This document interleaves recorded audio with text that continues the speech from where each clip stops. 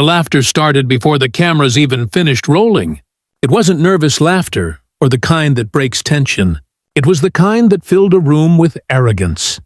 A deep, mocking sound that came from a woman who had spent her entire life believing she could never be touched. The audience didn't know it yet, but that laugh would become one of the most replayed sounds in courtroom television history. Karen Mitchell, better known now as Fat Karen, leaned back in her chair and smirked like she was hosting the show, not standing trial in it. The way she looked at Judge Judy, like a parent humoring a clueless child, told everyone in the room that this woman had no idea who she was dealing with. Karen had been the self-appointed queen of Willow Creek Estates for nearly a decade. As head of the local homeowners association, she ruled the neighborhood with the precision of a petty tyrant and the appetite of someone who craved control more than companionship. Her neighbors whispered about her behind closed doors, comparing her to a school principal who never grew out of detention duty. And she loved it. Every letter she mailed, every fine she imposed, every late-night call to code enforcement made her feel important. She wasn't the type to bake cookies for the block party. She was the type to shut it down because the decorations didn't match HOA color guidelines. Today was supposed to be her victory lap. She had dragged one of her neighbors, a soft-spoken woman named Lillian Cortez, into court over what she called willful property damage. The alleged crime, planting sunflowers, not in Karen's yard, but in her own. Sunflowers that stood a little too tall, cast too much shade on the street corner, and offended the sense of uniformity Karen guarded like a religion. It was, by all accounts, ridiculous. And that's exactly why the producers picked it up for national television. They knew an entitled suburban monarch versus Judge Judy was the kind of oil and fire combination that guaranteed views. When Judge Judy entered the courtroom, the atmosphere changed instantly. The murmurs quieted. Even the cameras seemed to steady. Judy didn't need to speak to command respect. Her silence carried decades of authority. But Karen, oblivious to that current, adjusted her cardigan and smiled with performative sweetness. It wasn't respectful. It was condescension dressed as charm. She greeted the judge as if she were introducing herself to a new neighbor, rather than standing before one of the most feared adjudicators in America. "Good morning, Your Honor," Karen said, emphasizing Your Honor with a smirk. "I just hope we can get through this quickly. I have a homeowners meeting to attend after this." Judy's expression didn't change. Her voice remained calm, but it had that undercurrent of danger familiar to anyone who had seen one of her legendary takedowns. "We'll take as long as it takes," she replied. "Why don't you tell me, Mrs. Mitchell, why we're all here today?" Karen straightened her papers, looking every bit the self-styled executive. "Well, Judge, this is a simple matter of respect for community rules," she began. "The defendant knowingly violated our landscaping code despite multiple warnings and has refused to pay her fines. It's about accountability, really."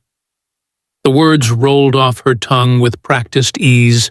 She had said them countless times before at HOA meetings where her word was law. She expected this to be no different. Another chance to show off her leadership skills. But Judy's gaze didn't blink, didn't waver.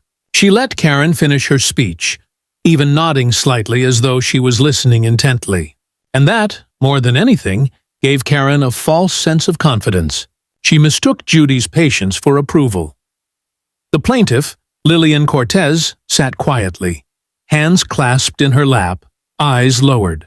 You could see the exhaustion on her face, the kind that comes from years of being targeted by someone who thinks rules are weapons.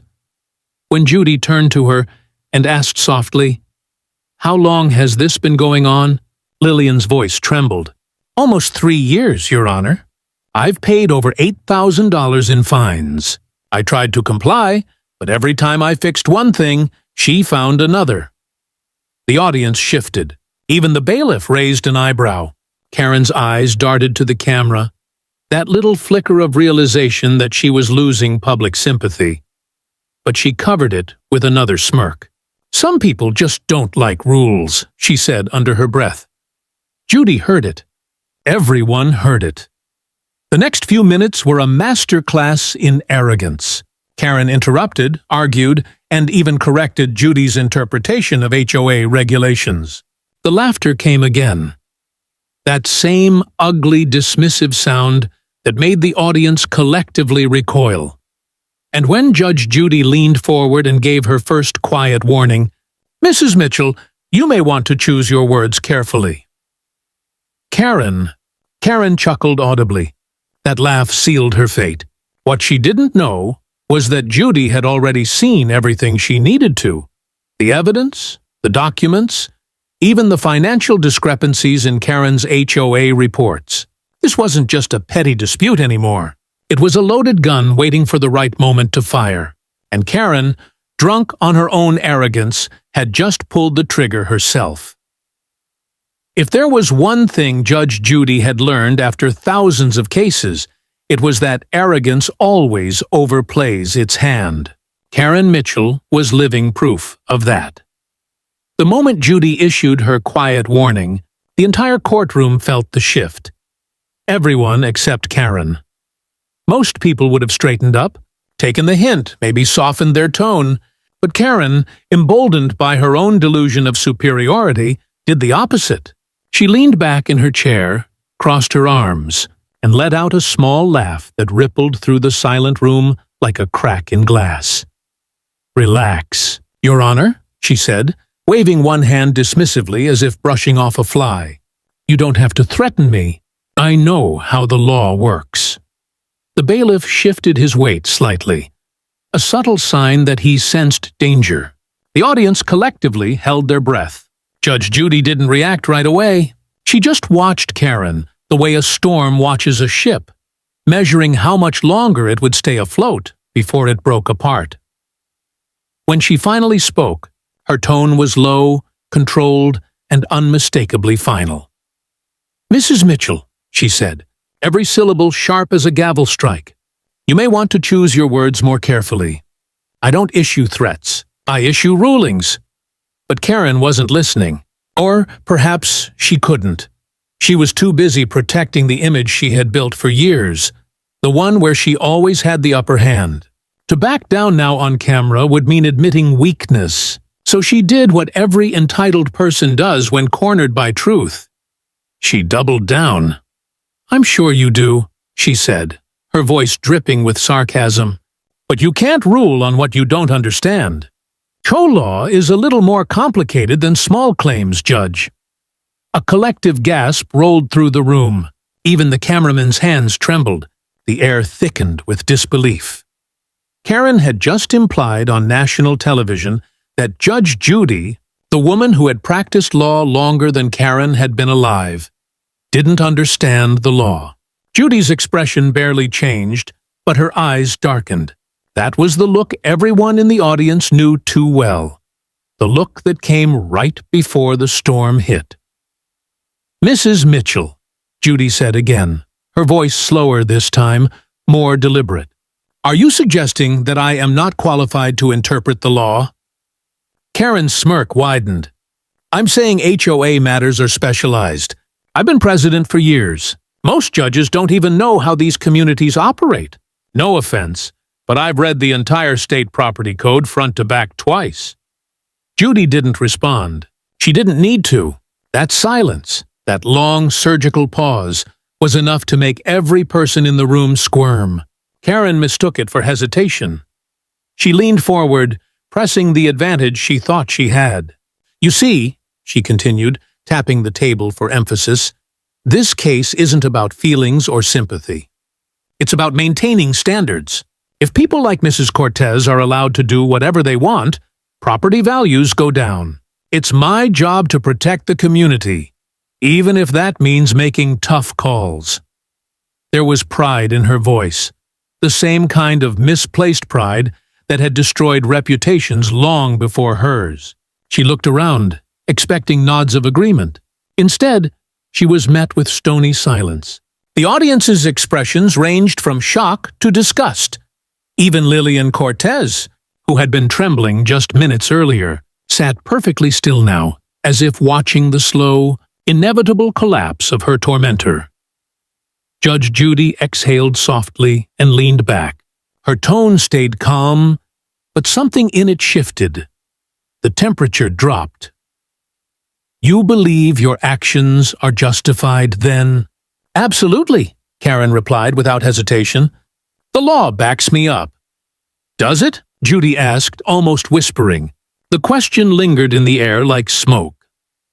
Karen opened her mouth to reply, but Judy raised a hand, a small gesture that silenced her instantly. "Before you continue," Judy said, "I want you to remember something. This isn't your neighborhood meeting. This is my courtroom, and when I give you the opportunity to speak, you will take it as a privilege, not a right." The audience erupted in quiet applause. Karen flushed crimson but forced another laugh. It came out brittle, nervous this time, like glass cracking under too much pressure. She shook her head and muttered just loud enough for the microphones to catch. "Whatever you say, Your Honor. I've dealt with worse threats from my board." That was when Judy leaned forward, her voice low and chilling. "This isn't a threat, Mrs. Mitchell," she said. "It's a guarantee. Keep laughing, and you might find out what happens when the law starts looking into your own records." The color drained from Karen's face. For the first time, a flicker of doubt appeared behind her eyes. But it was too late. The cameras were rolling, and her arrogance had already written the script for her downfall. In that instant, every person in the courtroom knew Judge Judy wasn't bluffing. The trap had been set. The countdown had begun. Before the cameras, before the courtroom, before the moment her laughter sealed her fate. Karen Mitchell had already been writing the story of her downfall for years. She just didn't know it yet. Power had been her drug, and the Willow Creek Estates HOA was her endless supply. What began as a volunteer position to improve the community quickly evolved into an empire ruled by one woman's insecurities disguised as order. She didn't maintain the neighborhood. She owned it, at least in her mind. And in her world, anyone who resisted deserved punishment. The residents of Willow Creek learned quickly that Karen's smile was a warning, not a welcome. The first to feel her wrath was a retired schoolteacher named Denise Hall. Her crime was hanging a bird feeder without prior approval. Within a week, Karen mailed 3 violation notices, followed by a $250 fine and a personal visit where she lectured Denise about attracting pests. When Denise tried to reason with her, Karen's tone turned icy. "Rules are rules," she said, tilting her head just enough to make it sound like mercy. Denise removed the feeder that same day, but not before word spread through the neighborhood. Everyone now knew Karen watched everything. Each year, her power grew. She rewrote bylaws, replaced board members who disagreed, and instituted a new policy requiring residents to request written permission for holiday decorations. She claimed it was to maintain visual harmony, but in truth, it was about control. She fined a family $400 for leaving up a pumpkin past November 1st. Another was billed for unsightly laundry visibility when a towel was left drying on a backyard fence. To Karen, these weren't absurdities. They were victories. Every new rule was proof of her dominion. Behind that power, though, was fear. She couldn't stand being ignored. She thrived on submission. When people pushed back, her response was always the same: louder, harsher, and more personal. She didn't just fine people, she humiliated them. She'd post letters on the community bulletin board with red ink circles highlighting names and offenses. "We hold standards here," she would declare at meetings, her voice echoing through the hall while neighbors sat in awkward silence. And then came the Cortez family. Lillian and her husband Daniel had moved to Willow Creek 3 years earlier, drawn by its manicured lawns and quiet cul-de-sacs. They were good people, quiet, hard-working, proud of their little yellow house on the corner. Their children, Sophia and Matteo, loved drawing chalk flowers on the driveway. It was innocent, joyful, the kind of thing that made a house a home. But Karen saw color where she wanted conformity. Within days, the Cortez family received their first violation letter. Unauthorized pavement markings. The fine was $50, then $100, then $500. Lillian tried to reason with her. She visited Karen's office, a converted spare bedroom filled with binders labeled compliance and infractions. She even brought cookies as a peace offering. The meeting lasted less than 5 minutes. If you wanted to live somewhere without standards, Karen told her, you should have bought a house in a cheaper neighborhood.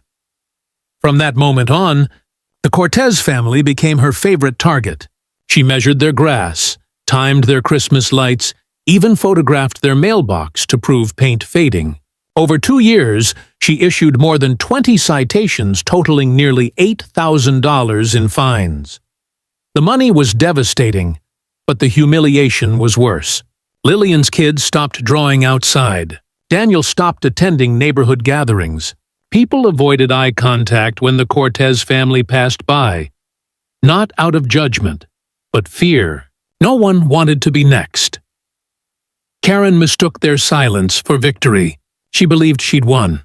But what she didn't realize was that every fine, every cruel letter, every smug smile was quietly building a record. And someone had been watching. Judge Judy's research team had spent the night before the trial. They combed through Karen's history. They found patterns, suspicious spending from HOA funds, overlapping addresses between community accounts and Karen's personal banking. It wasn't enough yet to convict, but it was enough to know something was wrong. When Judy read the summary report that morning, she reportedly muttered a single line to her producer. She's not a neighborly woman. She's a bully with a balance sheet. In the courtroom, while Karen smugly defended her right to enforce rules, Judy was already connecting dots. The arrogance on display wasn't new. It was a symptom of years spent unchecked. Karen's sense of power had insulated her from consequence. That insulation was about to burn. As Judy reviewed the files in front of her, she saw it all. The arrogance, the cruelty, the meticulous way Karen documented every punishment, but never her own actions. It was all there, neatly typed and color-coded like a confession disguised as professionalism. In that moment, Judy decided she wouldn't just rule on the case. She would make an example. So when Karen laughed again in that courtroom, it wasn't the sound of victory. It was the echo of every cruel laugh she'd ever unleashed on her victims. And soon, those echoes were going to come back for her, louder than she could ever imagine. By the time Chapter 4 of Karen Mitchell's life began, the courtroom had transformed into something different. Not just a stage for small claims, but a theater of reckoning. The smugness that once coated her every word was beginning to crack, though she didn't know it yet. She thought the camera still belonged to her, that the world was watching a woman confidently defending community standards. What she didn't see was how fast the tide had turned. Every viewer, every face in that audience had already chosen sides. Judy wasn't the villain here. She was the storm Karen had been daring to strike for years. When Judge Judy leaned forward this time, it wasn't with anger, it was with precision. Her tone softened, which somehow made the air heavier. "Mrs. Mitchell," she began, "you've been quite vocal about accountability and responsibility. I admire that. So let's talk about it, shall we?" Karen smiled, mistaking that civility for surrender. "Of course," she said. "Finally, we're on the same page." "Excellent," Judy replied. "Then I'm sure you won't mind helping me understand how your HOA handles its financial reporting." Karen blinked, caught off guard. "Excuse me?" "Your financial reporting," Judy repeated, sliding a folder across the bench. "You've referenced community standards and bylaws several times today.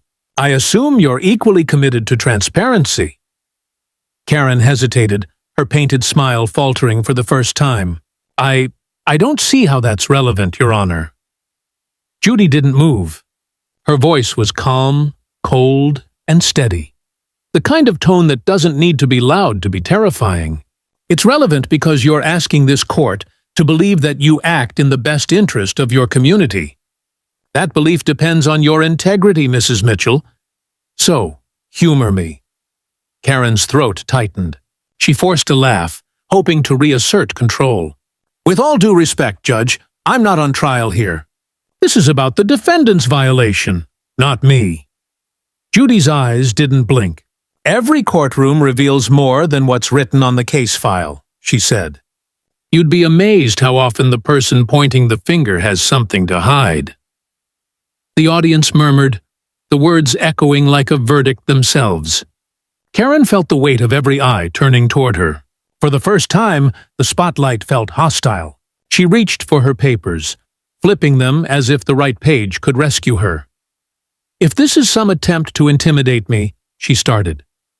Intimidate you? Judy interrupted, finally letting the steel slip into her tone. Mrs. Mitchell, intimidation implies I see you as a threat. I don't. I see you as a lesson. That line landed like a gavel. Even the bailiff's lips tightened into the faintest smile. Judy gestured toward the folder again. Inside, you'll find your HOA's financial statements. They're public records, or at least they should have been. Karen's pulse quickened. Her fingers twitched, but she didn't touch the folder. She tried to laugh again, but it died halfway out of her throat.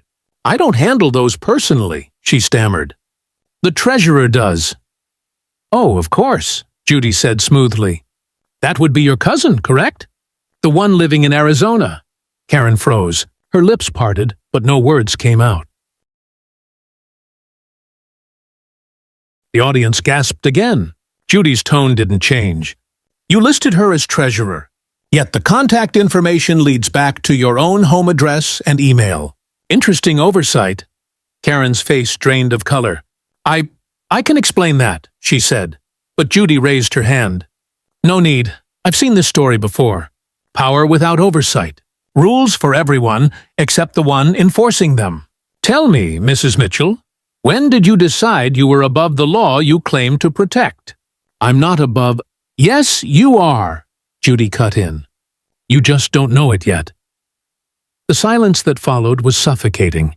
You could almost hear the hum of the cameras capturing every detail. The tightening of Karen's jaw, the trembling of her fingers, the widening eyes of the audience.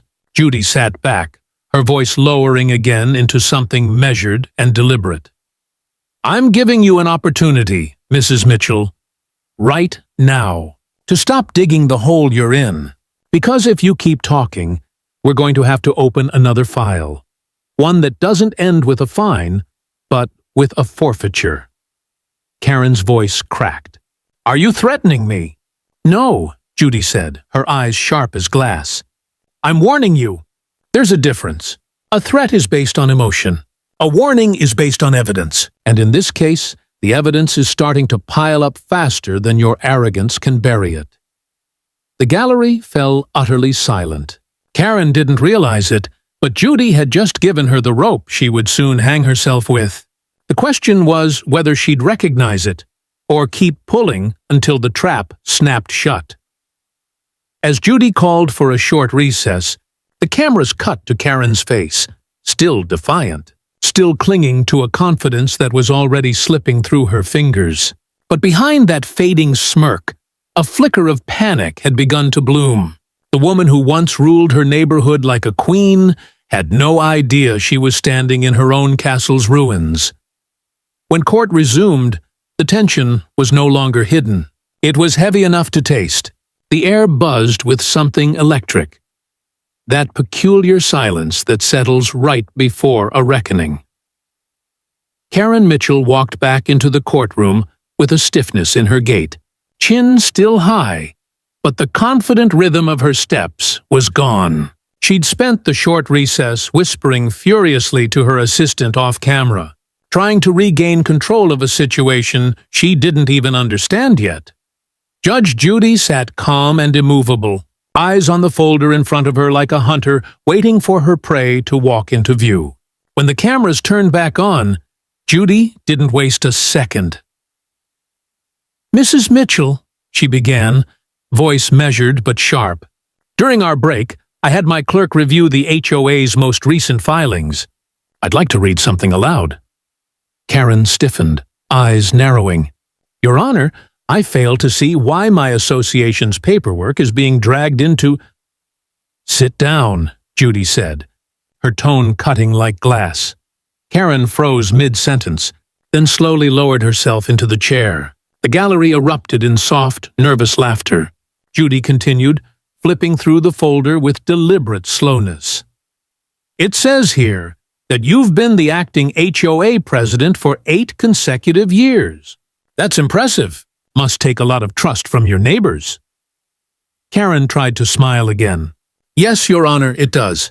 I've always worked hard to—" "And yet," Judy interrupted, adjusting her glasses, "there's a curious pattern here."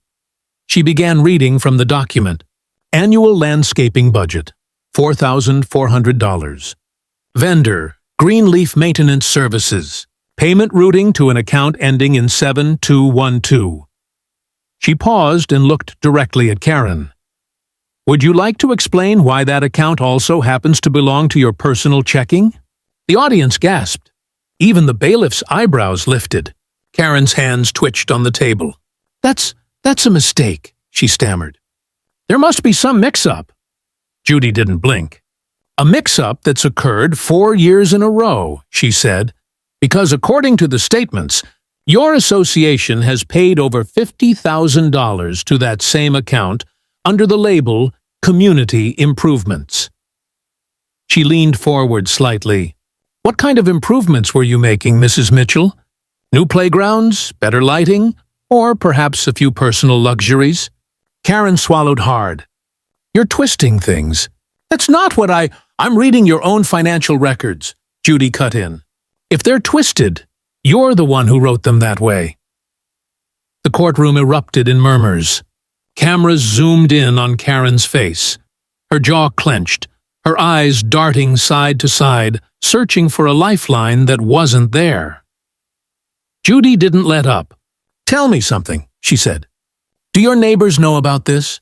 The same people you've fined for unauthorized decorations and grass height violations.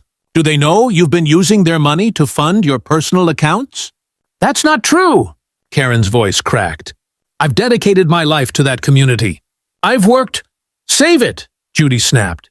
"Your community didn't ask you to play dictator with their wallets. You used authority as a shield for greed. And now that shield's full of holes." Karen's face flushed crimson.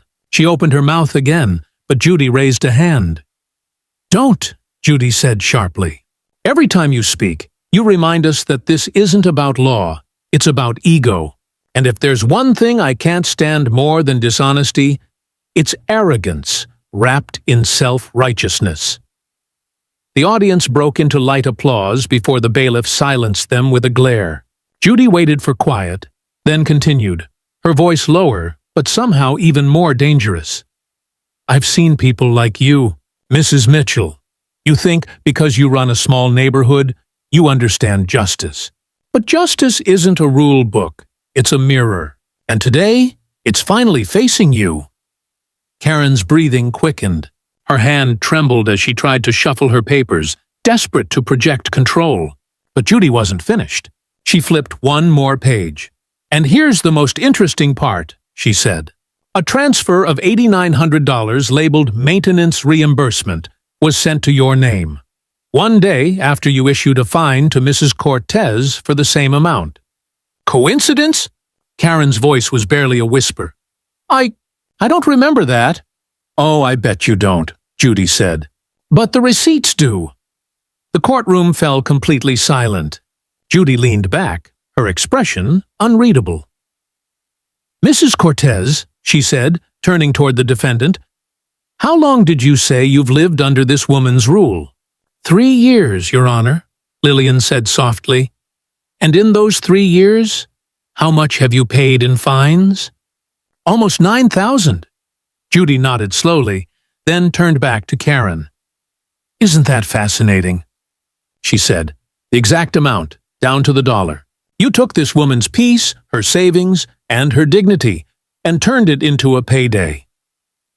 Karen tried to speak, but her voice broke. "I didn't." "Don't lie to me," Judy snapped. "You lied to them long enough. You stole from the people who trusted you, and you laughed while doing it. But the difference between you and me, Mrs. Mitchell, is that I don't need to raise my voice to end your story. The truth does that for me." The silence that followed was absolute. Karen sat frozen, eyes glassy, as if she had just realized the walls were closing in. Judy tapped the folder once sharply, as if punctuating the moment. "We'll be discussing restitution next," she said. "But for now, consider this your wake-up call." The audience didn't cheer this time.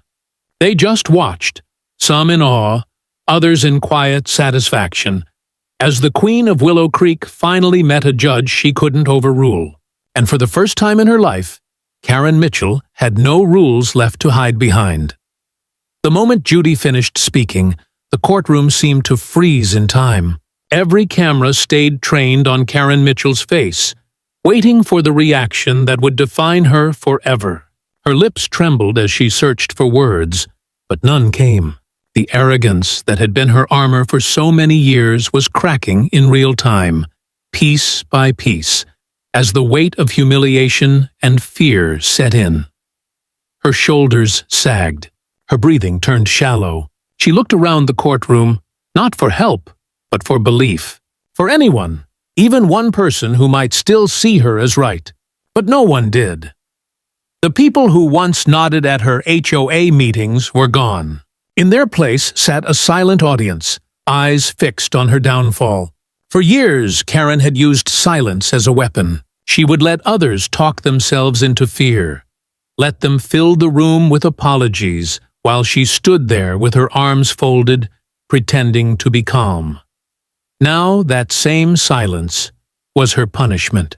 It swallowed her, suffocating her in the space between her guilt and her pride. Finally, she snapped. "You think you know me?" she shouted, voice shaking, eyes wet. "You think this paper means anything? I've worked for that community. I've spent years keeping that place from falling apart, while everyone else complained." Judy didn't flinch. Her hands rested lightly on the desk, eyes locked on Karen with that calm, clinical precision that made her verdicts feel inevitable. "Mrs. Mitchell," she said evenly, "this is not about effort. It's about ethics. And, from where I'm sitting, yours have long since been evicted." The courtroom gasped again, and Karen's mouth opened, but no sound came out. Her defiance faltered. She looked down at her trembling hands, then at the folder in front of her, the same folder that had just undone her. Slowly, she shook her head, whispering almost to herself, "You don't understand. They all hated me. They wanted me to fail. They set me up."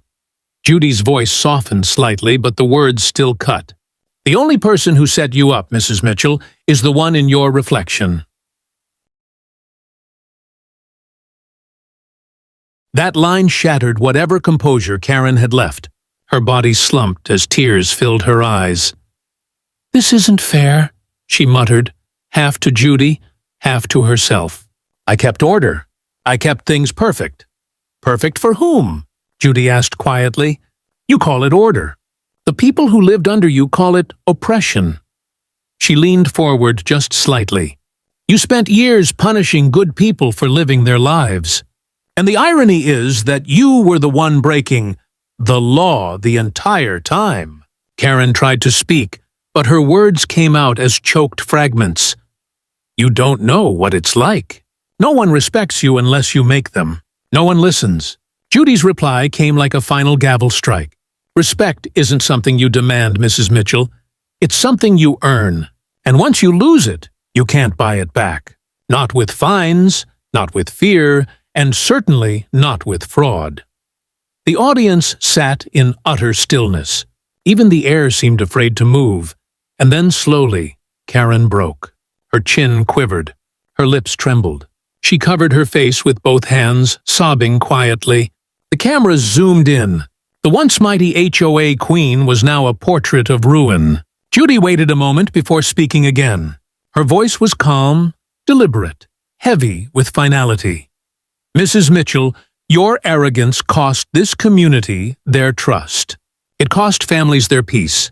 But now it's about to cost you something much more tangible. She glanced at the clerk. Please read into the record the official notice from the state's attorney's office.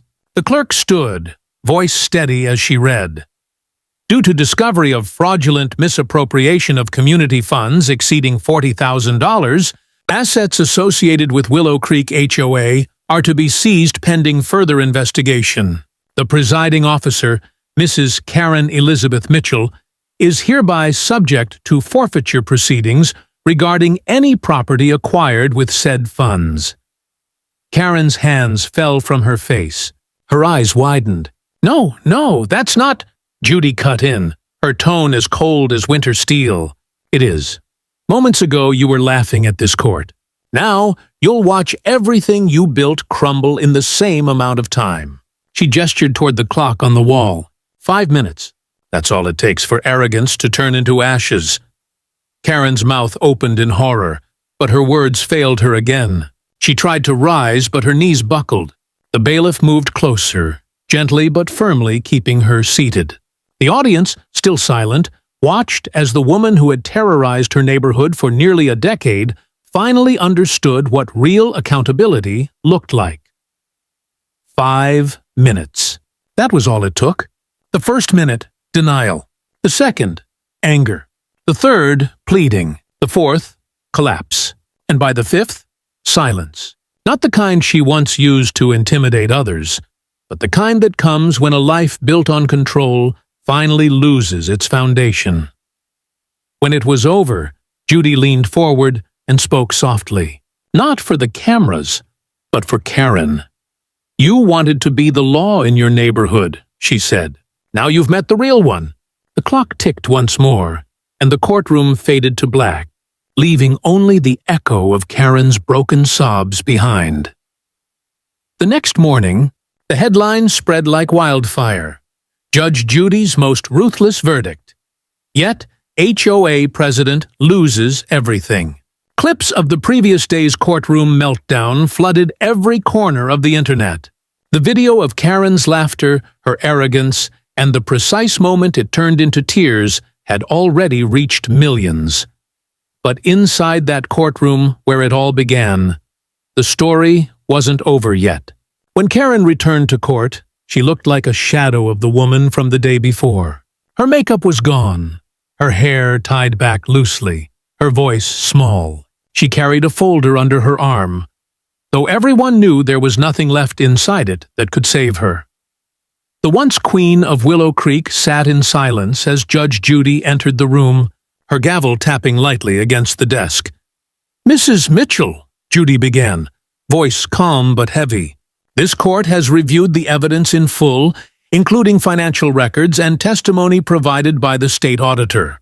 You were found to have diverted community funds for personal use over several years. The total amount of misappropriated money exceeds $48,000. Do you have anything to say before I deliver the ruling?" Karen hesitated. Her eyes darted around the room, searching for someone, anyone, who might speak on her behalf. No one did. Even the audience that once found her amusing now looked at her with quiet disdain. Her voice came out thin, trembling. "I didn't mean to steal. I just borrowed. I was going to fix it." Judy's tone didn't soften. "Borrowing requires consent. You didn't have it. You took what wasn't yours, and you used it to feed an illusion of control. Now, the law will take what it must to restore that balance." Karen lowered her head. Her fingers gripped the edge of the desk. The table like she could hold herself together by force alone. Judy continued reading from the ruling document. "As of this judgment, the state will seize all assets proven to be purchased or maintained with misused funds. This includes vehicles, savings accounts, and real estate holdings registered in your name." Karen's head snapped up, eyes wide. "My house? Judy didn't hesitate. Yes, the property at Willow Creek Lane will be forfeited and sold to repay damages owed to the community fund and affected residents. You abused your position, Mrs. Mitchell. Now that position is gone. The words struck her like a physical blow. She swayed slightly, and the bailiff stepped forward, steadying her as her breathing quickened. "You can't do this," she whispered. "That's my home. I built it." Judy looked down at her over the rim of her glasses. "No, Mrs. Mitchell," she said. "You built it with other people's money and their misery. You don't own that house. You rented it from your victims."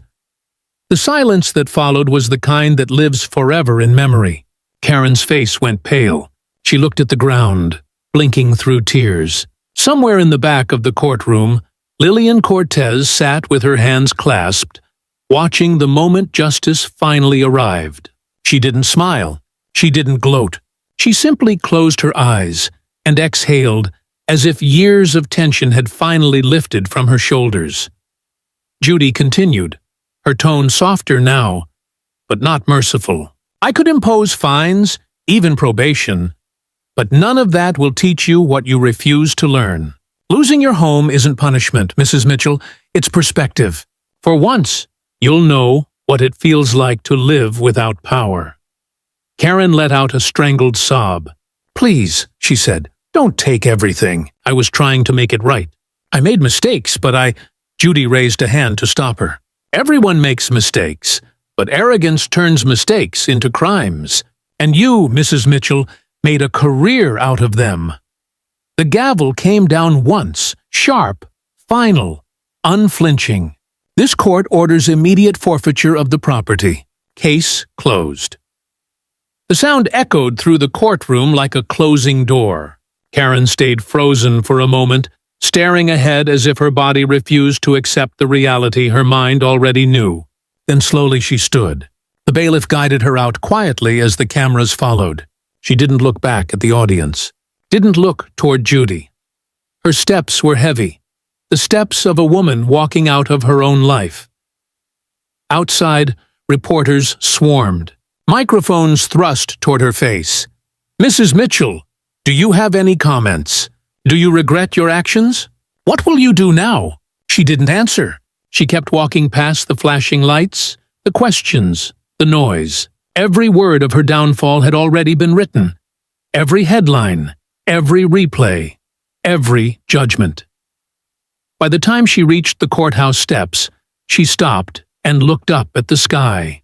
The cameras caught her face, swollen eyes, trembling lips, just as she whispered something no one could hear. Some said it was, "I'm sorry." Others said it was, "It's over." But those words didn't matter. What mattered was what came next. The neighborhood she once ruled met that evening for the first time without her. The new HOA board voted unanimously to dissolve her policies, refund wrongfully charged fees, and dedicate a park bench in the community garden to the people she'd mistreated. Not in her honor, but as a reminder. A plaque beneath it read, "Power means nothing if it costs your humanity." And somewhere across town, in a small rented apartment she never imagined she'd call home, Karen Mitchell sat alone, staring at an eviction notice and the echo of her own laughter, the same laugh that had once filled a courtroom and now haunted her like a ghost she could never silence. The story of Karen Mitchell didn't end with a gavel strike. It began there. Within hours of Judge Judy's ruling, the clip had gone viral across every platform imaginable. News anchors dissected it, commentators replayed it, and millions of viewers across the country watched one woman's arrogance collapse under the weight of truth. The hashtags Judge Judy.s and Fan Ho Karen trended for days. People who had never heard of Willow Creek Estates now knew every detail of its fallen ruler. But beneath, back in Willow Creek, life began to breathe again. For the first time in years, neighbors greeted one another without fear of violation letters or hidden cameras. The fences that had divided them started to come down, both literally and figuratively. Lillian Cortez planted new sunflowers in her front yard, their golden heads swaying gently in the morning light. Children returned to the sidewalks, drawing chalk flowers where warnings had once been posted. There was laughter again, not cruel, not loud, just human. The board meetings that used to feel like interrogations turned into gatherings. People shared stories, food, and plans for community improvements that didn't come with threats or fines. And in the center of the neighborhood park, beneath an oak tree that had stood long before Karen's reign, sat a new wooden bench. On it was a small brass plaque that read, "Power means nothing if it costs your humanity." It wasn't a message for the residents. It was a warning to anyone who might try to follow in her footsteps. Meanwhile, far from Willow Creek, Karen Mitchell's life had grown painfully quiet. The woman who once filled rooms with her voice now lived in near silence. The eviction had been swift. Her house was listed and sold within weeks, the proceeds divided to repay the community fund. She moved into a small apartment on the edge of town. Thin walls, borrowed furniture, and a silence that felt heavier than judgment. The first night she slept there, she could still hear the echo of her own laughter. That mocking sound that had sealed her fate, bouncing in her mind like a cruel memory she couldn't silence. Days passed, then weeks. Reporters stopped calling. The world moved on to newer scandals. But the internet never forgets. Every time she opened her phone, her face stared back, frozen mid-laugh in 1,000 memes. Her downfall replayed in endless clips titled, "The Moment She Realized." Her own laughter had become her punishment. One morning, she drove past her old neighborhood. The streets were alive again. Children played where she once enforced silence. Lillian was in her garden, trimming her sunflowers. Karen slowed her car but didn't stop. For a moment, their eyes met. Lillian didn't glare, didn't smirk. She simply nodded once, a quiet acknowledgement that the past was over. Karen nodded back, hands tightening on the steering wheel, then drove away without a word. Later that night, she sat alone at her kitchen table, staring at a stack of unopened mail. For the first time in her life, there were no forms to sign, no meetings to schedule, no rules to enforce. Just silence, and the faint flicker of remorse. She whispered to herself, almost like a prayer, "Maybe it's time I start over." It wasn't forgiveness. It wasn't redemption. But it was the first honest thing she'd said in years. As for Judge Judy, she never commented publicly on the case. When asked in an interview weeks later about the viral clip, she simply smiled and said, "Sometimes justice doesn't need to shout. It just needs to be seen." That line became the quote everyone remembered, carved into the final frame of every re-upload, printed on shirts, turned into captions. Because in that moment, Judge Judy reminded the world that truth still had a voice, even in an age where arrogance often holds the microphone. And that's what made this story more than just entertainment. It was a reminder that entitlement, no matter how powerful it feels, eventually collapses under the weight of its own lies. And that silence, when earned through humility, can speak louder than laughter born of cruelty. So, if you've ever been on the wrong end of someone like Karen, someone who used power as a weapon, remember this story, because sometimes the loudest justice isn't the one that roars in anger, but the one that whispers in truth.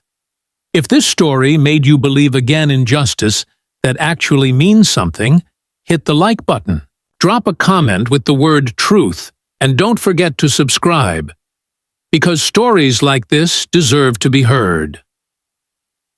Chad Tutfidu.